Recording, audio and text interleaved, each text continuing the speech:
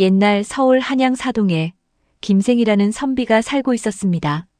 김생은 속세의 일엔 영 흥미가 없었습니다. 벼슬길이 어떻고 살림이 어떻고 그런 건 뒷전이고 오직 한 가지 신선이 되는 것. 그거 하나만 붙들고 살았습니다. 주변에서 그만 좀 하시게 해도 김생은 아, 모르시는 소리. 다 뜻이 있는 것이네. 하고 넘겼습니다. 오늘도 김생은 방 한복판에 앉아 책을 읽고 있었습니다. 벽에는 구름 타는 신선 그림이 걸려 있고 책상 위에는 도교 책들이 펼쳐져 있는데 글 읽는 손길은 영 시큰둥합니다. 그러다 혼잣말이 나왔습니다. 이 속세에 벗네요. 내 언제쯤 신선이 되어 저 구름을 타고 헐을 날 수 있을까? 금강산 만이천봉에는 신선이 반드시 있을 터인데.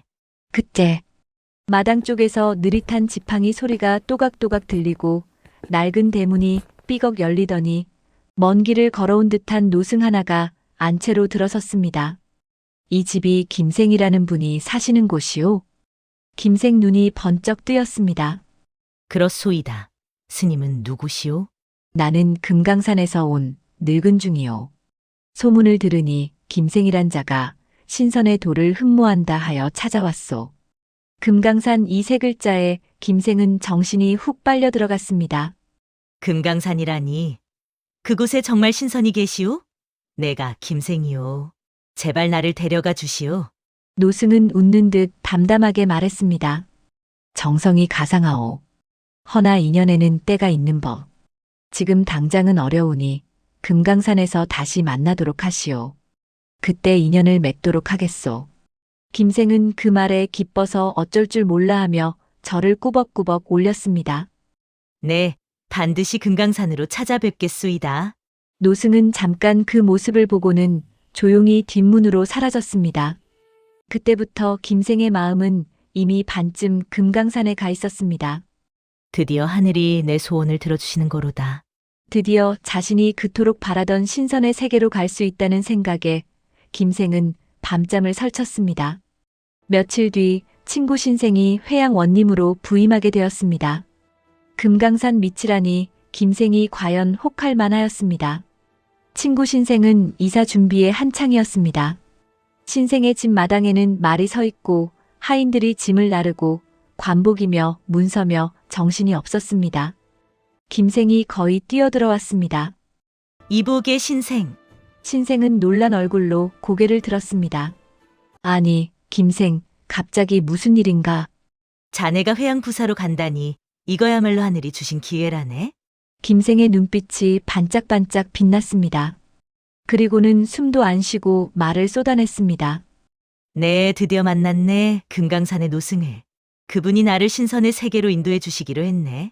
자네가 회양에 가니 자연히 금강산과도 가까워지지 않겠나?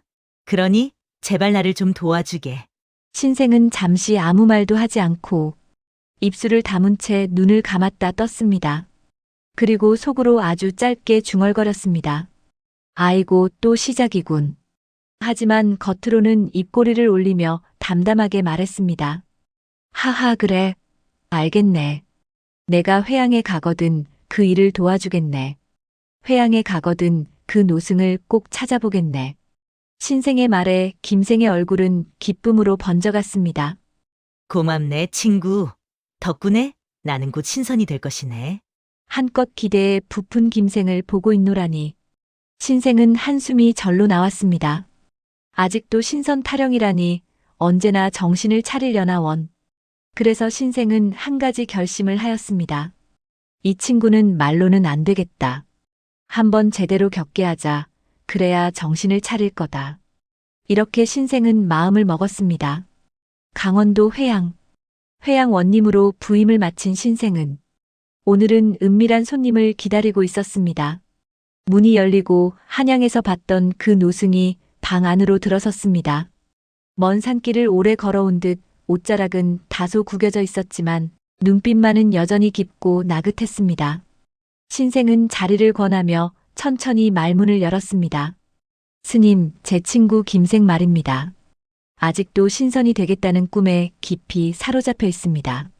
노승은 잔잔하게 고개를 끄덕였습니다. 신생은 잠시 손바닥을 비벼가며 생각에 잠겼습니다. 현실적인 사람답게 벗을 위한 걱정을 실행할 결심을 했습니다. 좋은 생각이 있습니다. 제가 가짜 신선들을 구해보겠습니다. 스님께선 김생을 금강산으로 데려가 혹독한 시련을 시켜주십시오. 아마 한 번쯤은 크게 부딪혀보면 정신이 번쩍 들겠지요. 노승의 눈가에 묘한 미소가 스쳤습니다. 두 사람은 고개를 끄덕이며 계획을 세웠습니다.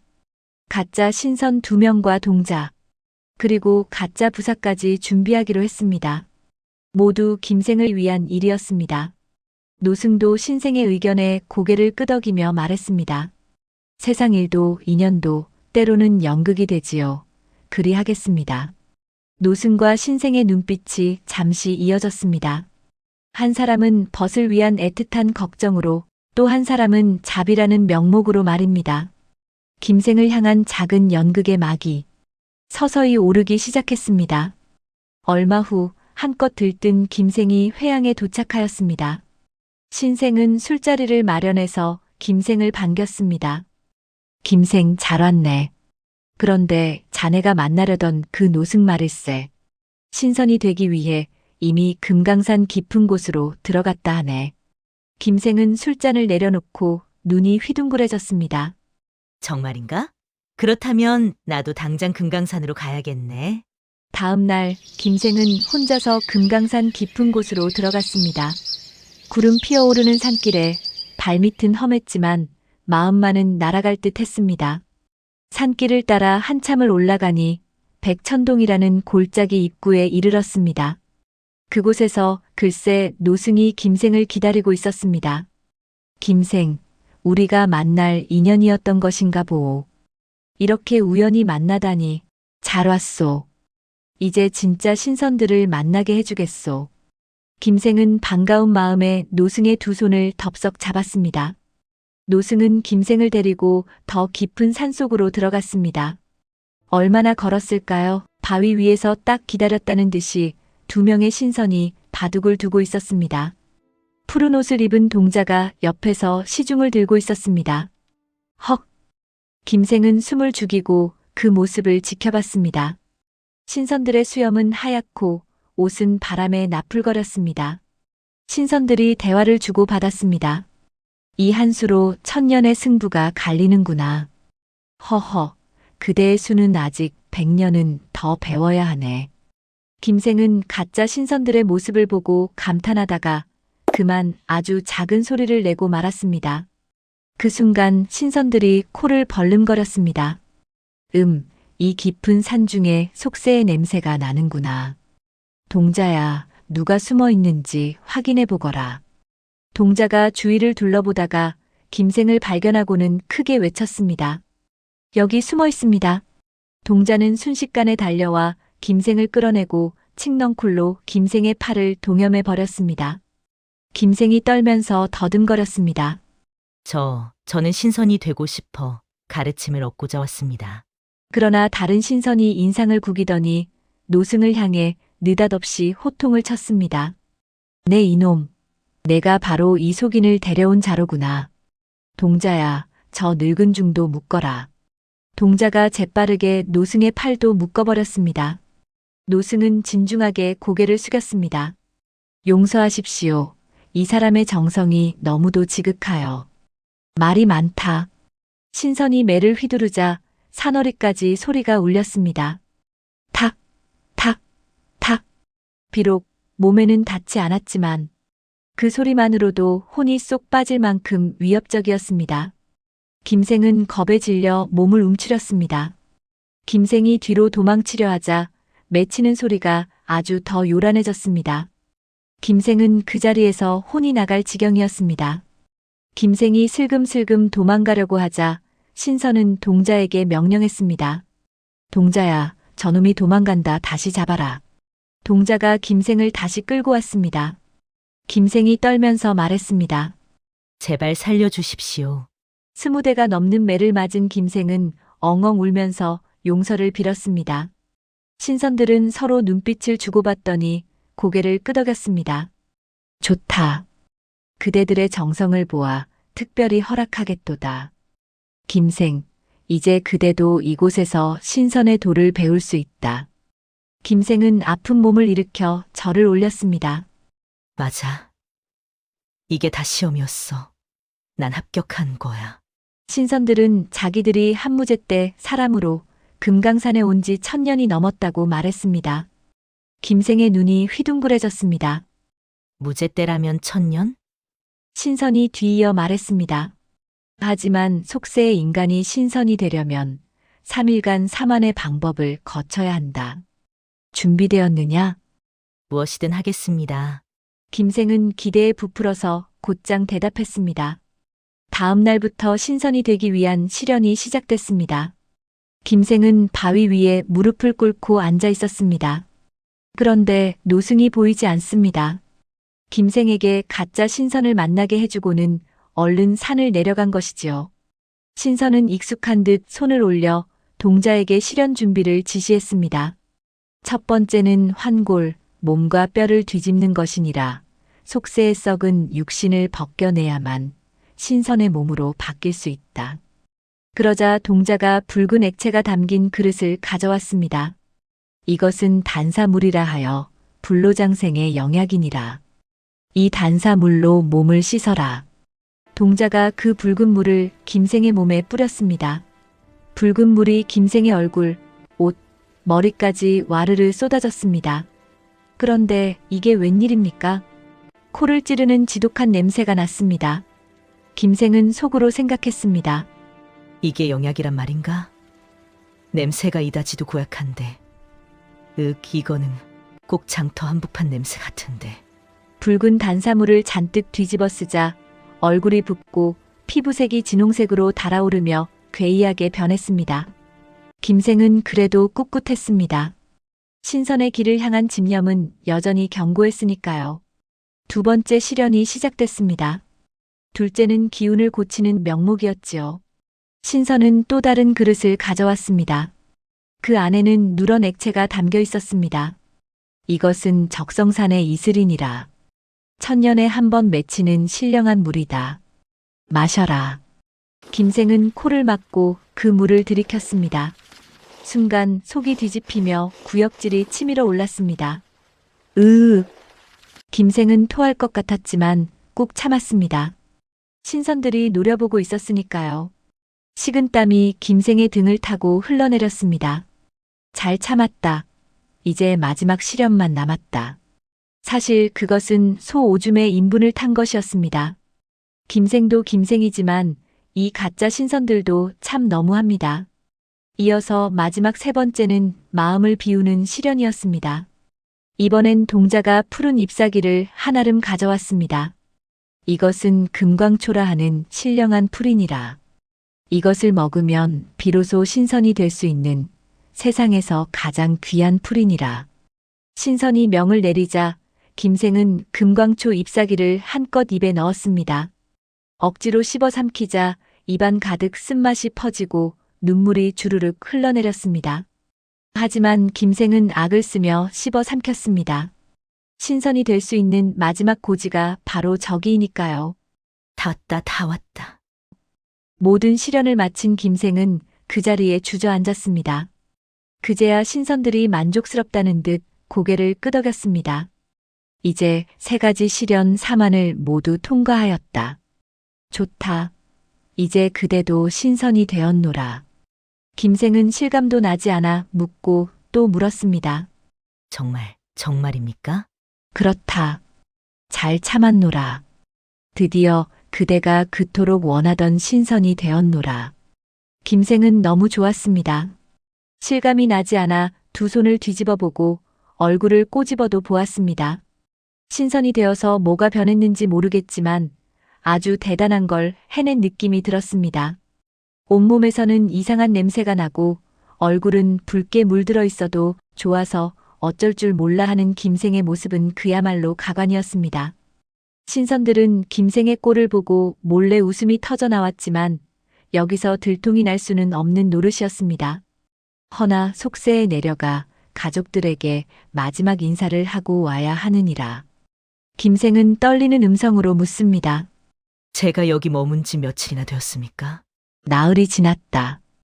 허나 속세에서는 이미 400년이 흘렀느니라. 400년. 그 말이 떨어지는 순간 김생은 심장이 덜컥 내려앉고 얼굴빛이 하얗게 질렸습니다. 김생은 깜짝 놀라서 산을 내려갔습니다. 가슴이 두근거렸습니다.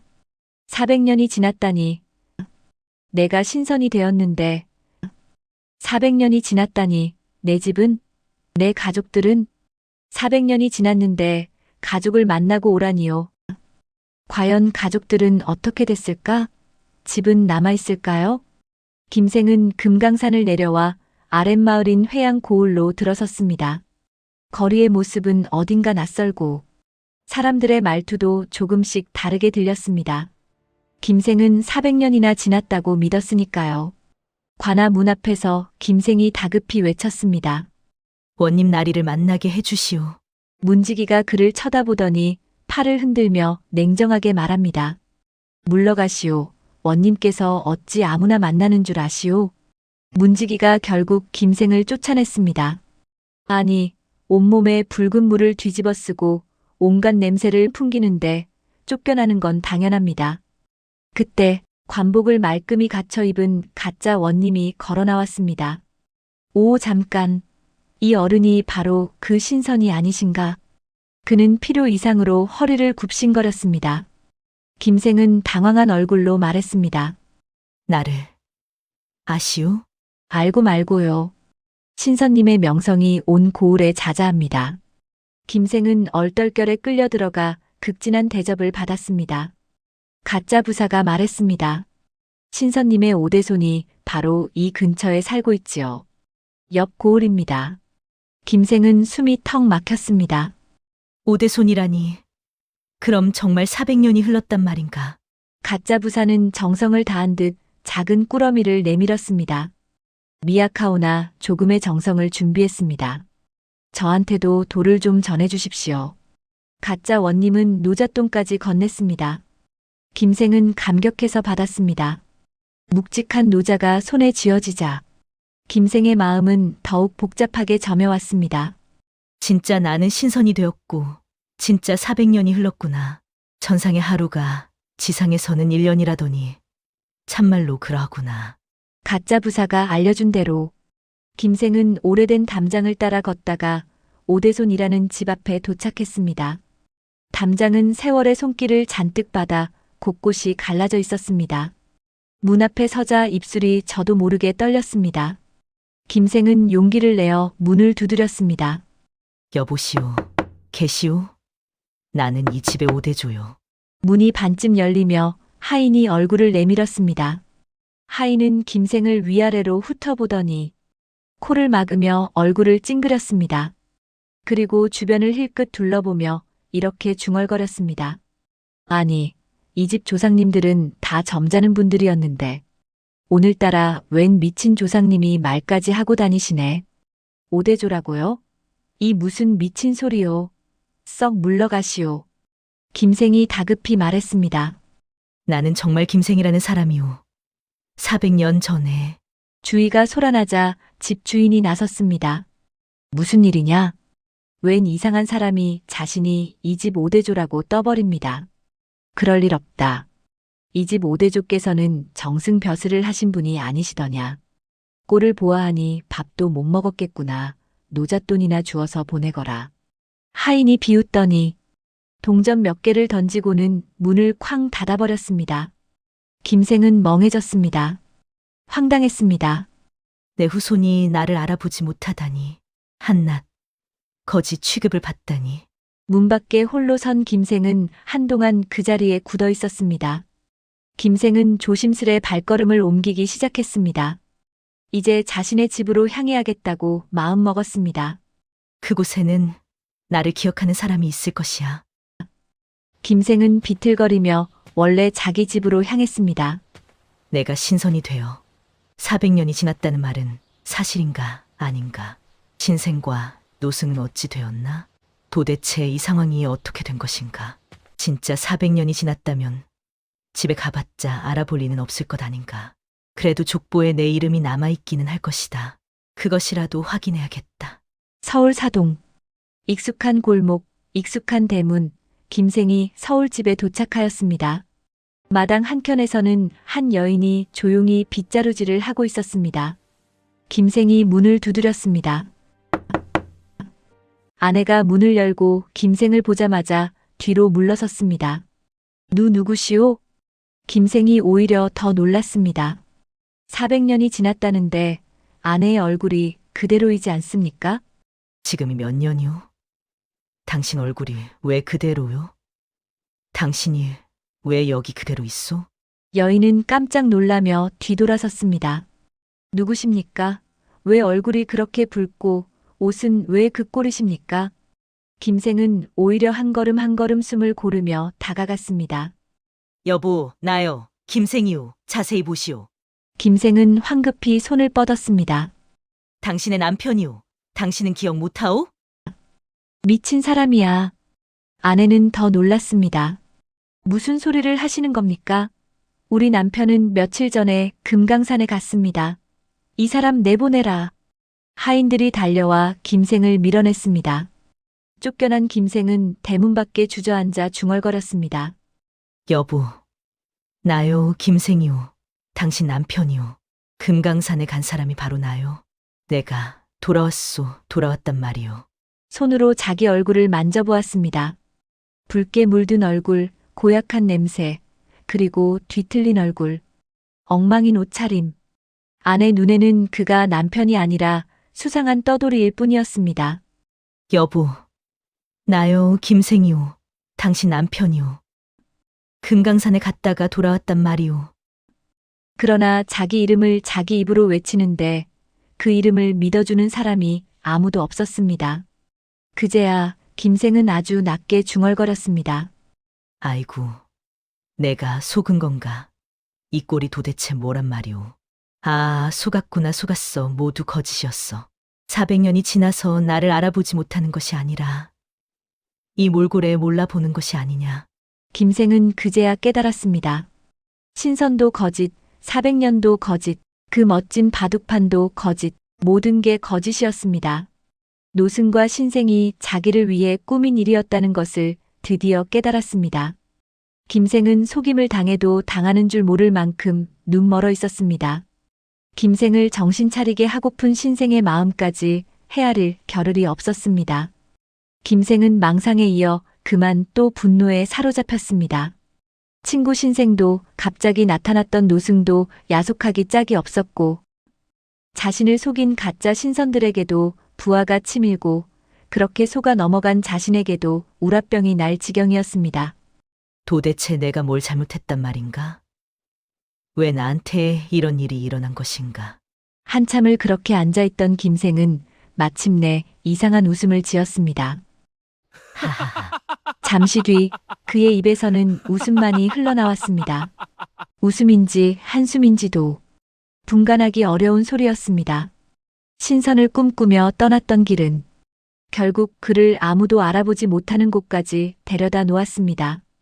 그리고 마침내 김생은 자기 자신마저 잃어버리는 지경까지 와버리고 말았습니다. 김생은 미친 사람처럼 터벅터벅 걸어갔습니다. 어디로 가야 할지도 몰랐습니다. 그리고 그날 이후 서울 사동에서 김생을 보았다는 사람은 아무도 없었다고 합니다.